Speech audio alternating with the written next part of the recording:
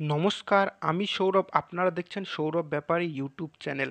আজকের ভিডিওটি খুবই গুরুত্বপূর্ণ হতে চলেছে, তাই ভিডিওটি মিস করবেন না এবং স্কিপ করবেন না। আজকে আমরা PSC clerkship, PSC miscellaneous exam কবে হতে পারে এবং ওবিসি ইস্যুটা কি পুরো ক্লিয়ার করে দেব, আর ফুড এসআই সম্পর্কে আলোচনা করব। তাই ভিডিওটি খুবই গুরুত্বপূর্ণ।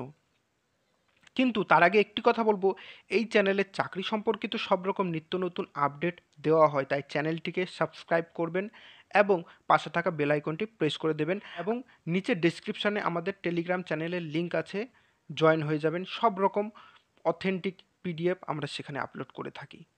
ওকে, তাহলে চলুন দেরি না করে শুরু করা যাক। দেখো, প্রথমত পিএসসি ক্লার্কশিপ এবং পিএসসি মিসলেনিয়াস এক্সামিনেশন কবে হতে পারে তোমাদেরকে একদম অথেন্টিক জানকারি দেবো। ওকে, প্রথমত কিছু বলার আগে এই পাঁচজন ভাইয়ের মুখ দেখো। একজন পিছনে চলে গেছে, যাই হোক। দেখো, এখানে অনেকজন আছে, একজন শম্ভু আছে এবং এই ভাইটার নাম সম্ভবত বিপ্লব। এবার এরা কাল নাগাদ তোমার পিআরবি বোর্ডে ডেপুটেশন জমা দিতে গিয়েছিল এবং সেখানে বলেছিল যে পরীক্ষা কি হতে পারে এবং ওবিসি ইস্যুর জন্য কি পরীক্ষা মানে নাও হতে পারে। তো সেখান থেকে পিআরবি বোর্ড পরিষ্কার এদেরকে বলেছে যে পরীক্ষা নিতে তাদের কোনো সমস্যা নেই। সমস্যা হচ্ছে রেজাল্ট দিতে, কারণ রেজাল্ট পাবলিক করার সময় ওবিসিরও তো কাট অফ দিতে হবে। এই অবস্থা থেকে পিআরবি বোর্ড কিন্তু তোমার পিএসসি বোর্ডের নিচে। পিএসসি বোর্ড কিন্তু আমাদের ওয়েস্ট বেঙ্গলের 1 নম্বর বোর্ড। ওকে, সব রাজ্যেরই একটা মেন বোর্ড থাকে, পিএসসি আমাদের মেন বোর্ড। তোমরা প্রুফ চাও, প্রুফ দেখে নাও। এবার এখানে কিন্তু পরিষ্কার তোমরা কিন্তু শোনো। দেখো, এই 10 তারিখ থেকে 20 তারিখের মধ্যে জুন মাসের পরীক্ষার ডেট কিন্তু ঘোষণা হওয়ার কথা ছিল। সেক্রেটারি স্যার অ্যান্টি কারাপশন ইউনিটকে জানিয়েছিল। ওবিসি ইস্যুর কারণে সেই ডেটটা কিন্তু পিছিয়ে গিয়েছে। ওকে, কিন্তু তোমরা ভাবো না যে ডেটটা এতই পিছিয়ে গিয়েছে যে সামনে বছর পরীক্ষা নিয়ে হবে, এমনটা কিন্তু কোনো দিন না। যেমন কেপি কেপি কনস্টেবলের কিন্তু পরীক্ষা হতে চলেছে সেপ্টেম্বর মাসে। আমি তোমাদেরকে বলেছিলাম আগস্ট বা সেপ্টেম্বর মাসে হতে চলেছে, সেরকমই আমি তোমাদেরকে বলছি জুলাই বা আগস্ট মাসে তোমাদের কিন্তু মিসলেনিয়াস হতে পারে এবং তার পরপরেই ক্লার্কশিপ কিন্তু হবে। ওকে, এটা কিন্তু তোমরা শুনে রাখো। এবার এখানে একটা জিনিস কি হতে পারে, ওবিসি ইস্যুর কারণে দেখো তোমাদের পরীক্ষা কিন্তু পিছাবে না আর পরীক্ষায় কোনো সমস্যা হবে না। যদি ওবিসি ইস্যুর কারণে পরীক্ষায় তোমাদের কোনো সমস্যা হয়, তোমাদেরকে ফর্ম ফিল আপ করতে হবে, আর সেটা পিএসসি কোনোদিনই চাবে না। বুঝতে পারলে? আর হাইকোর্ট থেকে অর্ডার তো তোমরা জানোই যে হাইকোর্টের অর্ডার পর্যন্ত যে যতগুলো ফর্ম ফিল আপ হয়েছে এবং যারা কর্মরত আছে, যারা চাকরিতে কর্মরত আছে, তাদের কিন্তু কোনো প্রভাব ফেলবে না এই ওবিসি ইস্যু। বুঝতে পারলা? শুধুমাত্র রেজাল্টের ক্ষেত্রে অসুবিধা হতে পারে, সেই জন্যে যারা এক্সাম কন্ডাক্ট করে তারা কিন্তু একটু দাঁড়িয়ে আছে।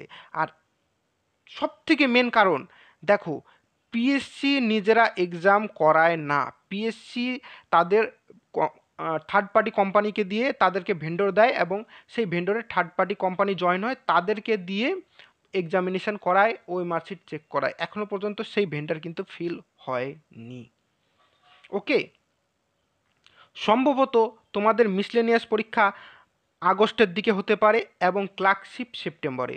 এবার এর মধ্যে যদি না হয়, দুর্গাপুজোর আগে একটা পরীক্ষা হবে এবং দুর্গাপূজার পরে আরেকটা হতে পারে।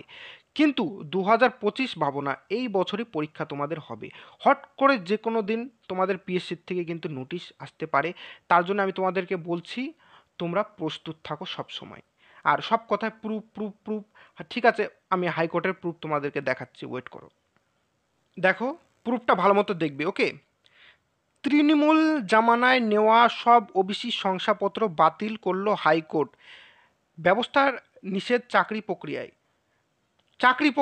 মানে নতুন যেই সব চাকরি প্রক্রিয়া আসবে সেখানে নিষেধ। ওকে, দেখো, বুধবার কলকাতা হাইকোর্ট আর্জি জানিয়েছে 2010 সালের পরে জারি হওয়া সমস্ত ওবিসি সার্টিফিকেট বাতিল করা হবে, তৃণমূলের নেতৃত্বে যেগুলো হয়েছে। ওকে, কলকাতা হাইকোর্ট বলেছে 2010 সালের পরে যে সমস্ত ওবিসি সার্টিফিকেট তৈরি করা হয়েছে তা যথাযথভাবে আইন মেনে বানানো হয়নি, তাই ওই শংসাপত্র বাতিল করতে হবে।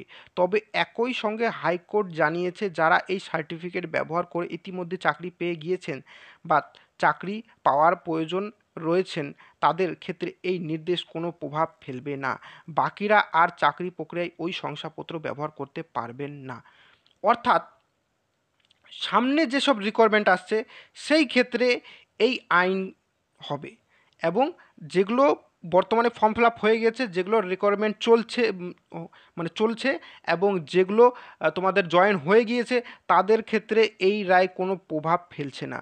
পরীক্ষা তাহলে কেন দাঁড়িয়েছে? পরীক্ষাটা দাঁড়িয়েছে, দেখো পরীক্ষা নিয়ে নিতে পারে, কিন্তু রেজাল্টের ক্ষেত্রে কাট অফের ক্ষেত্রে সমস্যা হতে পারে, সেই জন্যে পরীক্ষাটা একটু পেছোচ্ছে। বুঝতে পারলে? ক্লিয়ার হলো? দেখো তোমাদের প্রমাণ চাই, প্রমাণ দেখিয়ে দিলাম, এরপরে কিন্তু আর প্রমাণ করো না। আমি যেসব ইনফরমেশান নিয়ে আসি প্রমাণ সহ নিয়ে আসি, অথেন্টিক ইনফরমেশান দিই, তাই তোমাদেরকে বলি চ্যানেলটিকে সাবস্ক্রাইব করে রাখো। আর অফিসিয়াল বিজ্ঞপ্তি আমার থাম্বনেলে আমি কেন লিখি? দেখো আমি যে কোনো বিজ্ঞপ্তি যখনই মানে যে কোনো ভিডিও যখনই ছাড়ি, আমি কিন্তু পুরোপুরি বোর্ডে থেকে আসা সূত্রে খবর বা তাদের অফিসারের মুখের খবর, সেই সবের জন্য আমি অফিসিয়াল বিজ্ঞপ্তি লিখি। ক্লিয়ার হলো? ওবিসি ইস্যুও ক্লিয়ার হয়ে গেল, পিএসসি ক্লার্কশিপও ক্লিয়ার হয়ে গেল, পিএসসি মিসলেনিয়াসও ক্লিয়ার হয়ে গেল। এবার আমরা আসি ফুড এসআইয়ের উপরে। দেখো তোমরা অনেকে আমাকে বলছো ফুড এসআইয়ের গ্রুপ তৈরি করো, গ্রুপ তৈরি করো। গ্রুপ আমি এক্ষুনি চাইলে এক্ষুনি তৈরি করে দিতে পারি, কিন্তু আমি তোমাদেরকে বলেছি 600 জন জোগাড় করো। টেলিগ্রাম চ্যানেলে আর ইউটিউব চ্যানেলে 600 জন আসো, কই টেলিগ্রাম চ্যানেলে 30 জন আসে। 30 থেকে যাও 300 জন হলেও আমি এক্ষুনি গ্রুপ তৈরি করে দিতাম। আর আরেকটা আমি তোমাকে আরেকটা প্রমাণ দেখাচ্ছি, এই প্রমাণটা দেখো। এটা কি? আমি কালকে একটি পোল ছেড়েছিলাম, পিএসসি ফুড এসআইয়ের ক্ষেত্রে তোমরা কি চাও, রি এক্সাম না রেজাল্ট? তো 371 জন ভোট করেছে, তার মধ্যে 58% চেয়েছে রি এক্সাম, 42% চাচ্ছে রেজাল্ট। সেই 42% মানে তোমার ধরে নাও 50% হিসাবে আমরা ধরলাম, 300 150, 175, 75কে বাদ দিলাম, 150 জন আসে। 150 জনও তো আমার টেলিগ্রামে নেই। টেলিগ্রামে সেই 150 জন যদি থাকে তাদেরকে নিয়ে তো আমি গ্রুপ তৈরি করতে পারি। তোমরা টেলিগ্রামে সেই 150 জন জয়েন হও, আমি গ্রুপ তৈরি করছি, সেই গ্রুপে আসো। আর সব থেকে প্রথম কথা, আমরা আগে আইনে যেতে পারবো না, আগে আমাদেরকে একটি ডেপুটেশন বা একটি এপিল করতে হবে পিএসসিতে।